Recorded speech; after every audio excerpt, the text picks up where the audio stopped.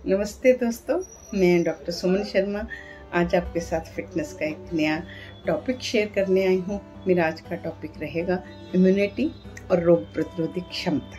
क्योंकि ये टॉपिक जो है मेरी फिटनेस जर्नी में सेट होता है, क्योंकि मैं भी फिटनेस की बात बताती हूँ और ये रोग प्रतिरोधक क्षमता भी आपको फिट रखने के लिए ही काम करती है।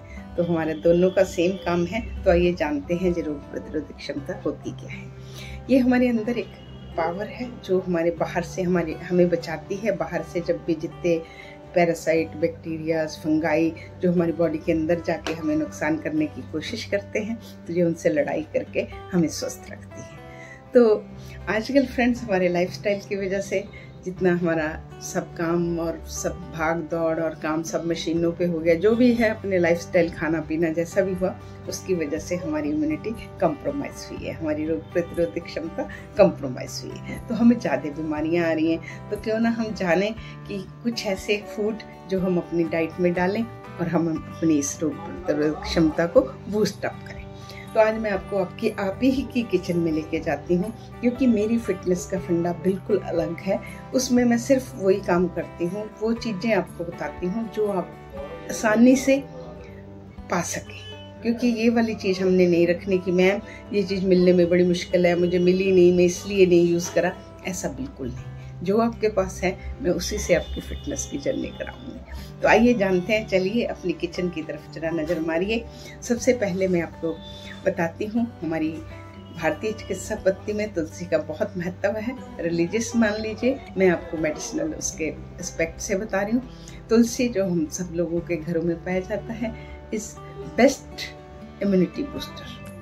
और वैसे भी उसके एंटी मलेरियल प्रॉपर्टीज़ हैं, मलेरिया की मेडिसिन में यूज़ होता है। उससे भी ऊपर एक बात मैं आपको बताती हूँ कि अगर तुलसी का पौधा हम अपने दरवाजे या अलमारी के पास रखते हैं तो इसमें मॉस्किटो को भगाने की ताकत है। इसकी अरोमा में जो इसकी खुशबू है, उसके पास मॉस्किटो नहीं आते। दूसरी बात करते हैं फ्रेंड्स हम जिंजर की, अदरक जो कि आप रोज यूज़ करते हैं। तो साइंटिफिकली मैं उसका बताती हूँ। जो अदरक है, this is best anti inflammatory and anti bacterial and anti oxidant also. तो एंटी इन्फ्लेमेटरी होने की वजह से जो इन्फ्लेमेशन दूर करता है। अगर इन्फ्लेमेशन हमारी बॉडी में रहती है तो लॉन्ग रन में वो हमें आर्थराइटिस, हमें कैंसर जैसी बीमारियां दे सकती हैं। तो हमारे पास ही है एंटी इन्फ्लेमेटरी, हमें इसको अपनी डाइट में ऐड करना चाहिए। चाहे हम इसमें चाय में यूज़ करें, चाहे सब्जी में यूज़ करें। उसके बाद फ्रेंड्स आती है मेरी अनार की। अनार का जूस जो है उसमें कुछ ऐसे कंपाउंड पाए गए हैं जो हमारी इम्यूनिटी को बहुत अच्छे से एनहांस करते हैं। और ऐसा साइंस में पाया गया, जो लोग अनार का रेगुलर यूज़ करते हैं उनको हर्पिस एंड फ्लू जैसी वायरल डिजीज जो कि बहुत पेनफुल होती हैं, वो होने के भी चांसेस कम होते हैं। आइए अगला प्रोडक्ट हमारा है गार्लिक। गार्लिक हम लोगों के किचन में यूज़ होने वाला, नॉर्मल यूज़ में आने वाला प्रोडक्ट है, बट उसको भी साइंस ने anti bacterial, anti viral and anti fungal तीनों से बचाने वाला पाया गया है। और उसमें एंटीऑक्सीडेंट भी है। पर उसको यूज़ करने से पहले आप थोड़ा, चाहे 5-10 मिनट के लिए भिगो जरूर दीजिए, क्योंकि उसके अंदर जो कंपाउंड है वो तभी एक्टिव होता है जब हम उसे भिगोते हैं। तो आप गार्लिक को यूज़ करें, आप एज इट इज़ ले सकते हैं उसको, जो आप सब्जी में यूज़ करें। किसी भी तरीके से गार्लिक को आप अपनी डाइट में कहीं भी ऐड कर लीजिए। बात करते हैं पालक की। बहुत कॉमन है, सब्जी में रोज़ बनता है। तो पालक में बहुत ज़्यादा आपका iron, vitamin C and vitamin A, C, fibre है। इसमें आपका इम्यूनिटी को बूस्ट करने की ताकत है। तो आप अपनी डाइट में पालक को भी ऐड कर सकते हैं। आगे चलते हैं ब्लूबेरीज। ब्लूबेरीज में फ्रेंड्स जो है, चाहे वो रसबेरी है, स्ट्रॉबेरी है, या कोई सी भी बेरी है, और शहतूत जो कि एक कॉमन ऐसे उसको हम वाइल्ड प्लांट भी बोल सकते हैं, ऐसे लगा रहता है। तो देखिए कितना वो काम की चीज़ है। इसमें एक एंटीऑक्सीडेंट है एंथोसिन नाम से, एंथोसिनिन। ये जो एंटीऑक्सीडेंट है ये फ्री रेडिकल को रिमूव करके हमारी इम्यूनिटी को बूस्ट करता है। आगे बात करते हैं हम वाटरमेलन की। आजकल गर्मी का सीज़न है, बहुत ज़्यादा वाटरमेलन अवेलेबल है। तो मैं बताती हूँ साइंस क्या बोलती है वाटरमेलन के बारे में। उसका जो रेड कलर है वो एक एंटीऑक्सीडेंट ग्लूटाथेन के नाम से है, जो कि हमारे इम्यूनिटी एनहांस करने के लिए बहुत अच्छा माना जाता है। उसके अलावा इसमें वाटर अच्छी मात्रा में होता है, हमें हाइड्रेशन नहीं होती, और बहुत से vitamin C, vitamin A and fibre सब इसमें होता है। तो हमें इसको आजकल सीजनल फ्रूट के रूप में अपनी डाइट में कहीं ना कहीं ऐड करना चाहिए। उसके बाद बात करते हैं मैं स्वीट पोटैटो की, जिसे हम आम भाषा में शकरकंदी बोलते हैं, और आम लोग इसे बहुत स्वाद से खाते हैं। तो आज मैं इसका आपको गुण बताती हूँ कि साइंस क्या बोलती है। फ्रेंड्स, जो मीडियम साइज़ का शकरकंदी अगर हम लेते हैं तो उसमें 100 किलो कैलोरी है।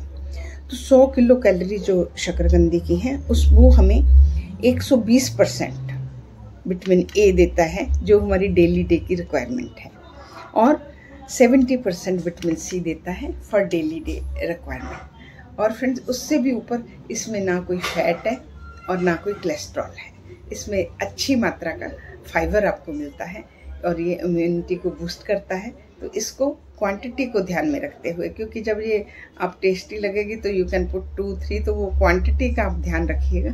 तो इसको आप अपनी डाइट में ऐड करें। फिर मैं बात करती हूँ फ्रेंड्स ब्रोकली की। ब्रोकली को जो है वो पावर हाउस ऑफ एनर्जी माना गया है, और वो हमारी इम्यूनिटी को बूस्ट करती है। ब्रोकली के अंदर भी ग्लूटाथिन नाम का एंटीऑक्सीडेंट है, और उसके अलावा उसमें chromium, zinc and vitamin C पाया जाता है, जो जिस करके वो हमारी इम्यूनिटी को एनहांस करती है। आगे बात करते हैं हम ग्रीन टी की। ग्रीन टी में फ्रेंड्स कुछ फ्लेवोनॉइड और एंटीऑक्सीडेंट पाए जाते हैं, जो कि हमारे फ्री रेडिकल को रिमूव करके और टॉक्सिन को रिमूव करके हमारे इम्यूनिटी सिस्टम को एनहांस करते हैं। तो इस तरीके से हम लोगों को अपनी डाइट में ग्रीन टी को भी कहीं ना कहीं एडजस्ट करना चाहिए। उसके बाद बात करती हूँ मैं चिकन सूप की। जो लोग चिकन ले, सबके लिए ज़रूरी नहीं है, बहुत सारी ऑप्शन है। जो चिकन नहीं लेते उनके लिए बहुत सारी और ऑप्शन है। ये तो एक मैं फूड बता रही हूँ, आपको कहाँ कौन सा एडजस्ट होता है वो कर सकते हैं। चिकन सूप की बात कर रही हूँ। चिकन जो है उसके अंदर हमें बहुत सारे प्रोटीन एंड विटामिन मिलते हैं, और हॉट होता है, एंटी इन्फ्लेमेटरी भी होता है। तो इसको आप अपनी डाइट में अगर ऐड करते हैं तो ये भी इम्यूनिटी को बूस्ट करता है। और फ्रेंड्स, उसके बाद मिज़ो सूप की बात करते हैं। मिज़ो सूप जो है एक जापानी प्रेपरेशन है, सोयाबीन का सूप होता है, और इसमें ये भी रिच इन प्रोटीन है, विटामिन है। तो ये भी हमारी इम्यूनिटी को एनहांस करने की पावर रखता है। तो फ्रेंड्स, ऐसे बहुत सारे और भी हमारे कॉमन चीज़ें हैं जो हम खा के अपनी इम्यूनिटी को बूस्ट कर सकते हैं। कोई भी चीज़ जिसमें विटामिन डी, विटामिन सी और जिंक है, ये 3 चीज़ होनी चाहिए, वो हमारी इम्यूनिटी को बढ़ाने में काम करते हैं। तो ये तो मैंने एक एक चीज़ आपको बताई। जैसे विटामिन सी में जितने सिट्रिक फ्रूट हैं आपको बात करने के लिए, जितने भी आप सारे वो इम्यूनिटी इन्हांसर हैं। सेम विटामिन डी में जैसे मिल्क है, कर्ड है, चीज़ है, जितने भी लो फैट वाले वो आपकी इम्यूनिटी इन्हांसर है। ऐसे ही जिंक वाले। तो इन शॉर्ट कि जो भी प्रोडक्ट हमारे vitamin D, zinc and vitamin C वाले हैं वो हमारी इम्यूनिटी को एनहांस करते हैं। तो हमारी इम्यूनिटी डाउन क्यों होती है मैं शॉर्ट में आपको बताती हूँ। हमारे खाने से, और उससे भी ऊपर हमारे स्ट्रेस से। जब हम स्ट्रेस होते हैं हमारा कोर्टिसोल हार्मोन रिलीज होता है, वो हमारी इम्यूनिटी को डाउन करता है। तो इन सारे डाइट को ऐड करके साथ में अपने आप थोड़ी थोड़ी एक्सरसाइज, आप अपना अनुलोम विलोम, ब्रीदिंग एक्सरसाइज, भस्त्रिका कुछ भी ऐड करके, क्योंकि ये इम्यूनिटी जब आपकी लो होती है तो आप बार बार फ्लू जैसे इन्फेक्शन, गला खराब बार बार आपको होता है। तो आपको अपनी इम्यूनिटी बूस्टअप करने के लिए एक्सरसाइज भी साथ में करनी ज़रूरी है। एज के साथ इम्यूनिटी जो है लो होती है, तो इसीलिए जो हमारे ओल्ड एज वाले लोग हैं वो जल्दी जल्दी निमोनिया एंड जो भी लो इम्यूनिटी वाले इन्फेक्शंस हैं उसको जल्दी कैच कर लेते हैं। तो इसलिए हमें अपने एल्डर्स का भी ध्यान रखना चाहिए, उन्हें उनकी डाइट में भी ये सब डालना चाहिए और अपना भी ध्यान रखना चाहिए। तो फ्रेंड्स, अगर ये वीडियो मेरा इम्यूनिटी बूस्टर फूड्स आपको समझाने में कहीं भी हेल्प किया हो तो इसे आप सब्सक्राइब करें और शेयर करें। इसी के साथ मैं आपसे विदा लेती हूँ और कल एक नए टॉपिक के साथ मिलती हूँ। नमस्कार।